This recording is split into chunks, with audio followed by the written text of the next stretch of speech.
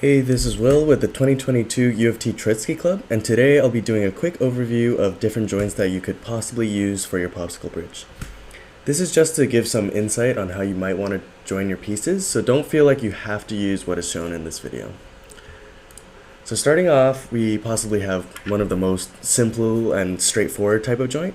It's called the butt joint, and it involves two pieces of wood buttered up against each other and secured with either screws, nails, or glue, which in our case would be glue. And while this might not be the strongest joint, it's often used in situations where the joint won't be subjected to much stress. So as you can see here, there's nothing really slotting in or counteracting one another, so this is one of the most simple but not that effective joints. Next up, we have the brittle joint, and a brittle joint is a simple but strong joint that is used when two pieces of wood need to be joined at a right angle. The end of one piece of wood is cut at a right angle and the slot is cut in the other to fit at the end. The joint is then secured with either screws, nails, or again, glue. A variation of this is called the finger joint or the box joint. It's essentially the same thing, but with the fingers and the pins locking in together.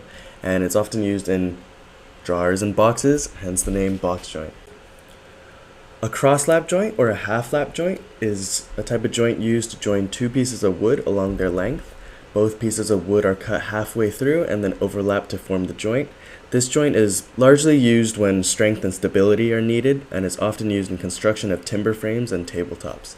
So you can see on the left here, this is a cross-lap joint where it crosses all the way through. And then on the right hand side, you can see a half lap joint where one of the members only crosses halfway.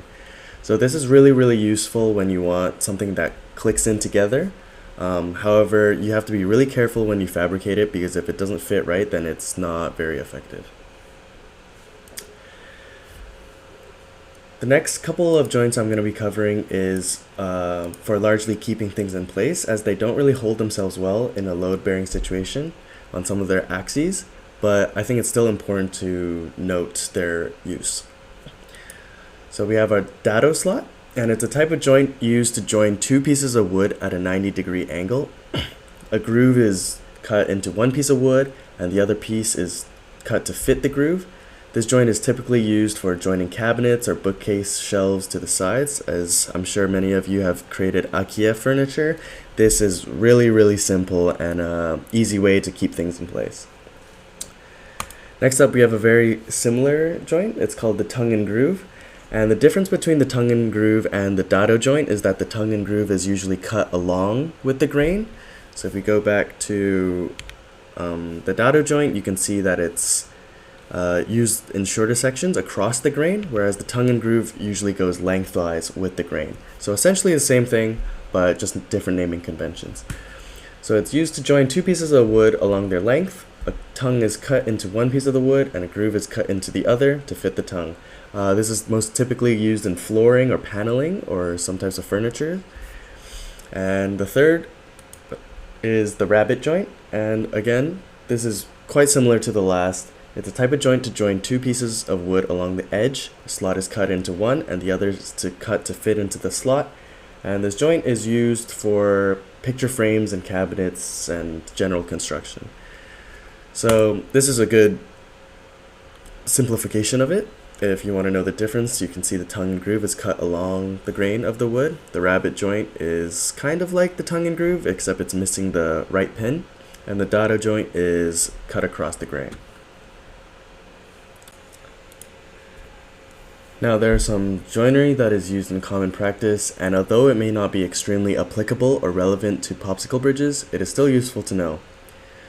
So pocket hole joinery is a technique that involves using a jig and special screws to create a hidden reinforced joint. This method is quick and easy and ideal for many types of furniture, such as bookcases and cabinets. The main advantage of pocket hole joinery is its speed and ease of use, and it's extremely relevant in wood framing and construction. As you might have noticed though, we are not allowed power tools or screws, so to us this is largely irrelevant. Next up is the mortise and tenon. The mortise and tenon is a classic joint that has been used for centuries in woodworking. It resembles a finger joint or a box joint. However, you can see that it's closed off at one end, making it a hole. It involves cutting a mortise, a rectangular hole in one piece of wood, and a tenon, a protrusion, on the other end of the piece of wood. The two pieces are then joined together with the tenon fitting the mortise. This joint is strong and versatile, making it ideal for chairs, tables, and other pieces of furniture. However, it's really time consuming and I just don't think it's applicable when using popsicle sticks. Lastly, we have one of the most popular and recognizable joints, that being the dovetail joint. And you can see this used in drawers, boxes, and other small projects all the time. It's made by cutting interlocking triangular shaped dovetails into the end of two pieces of wood. You can see this also kind of resembles the finger joint or the box joint.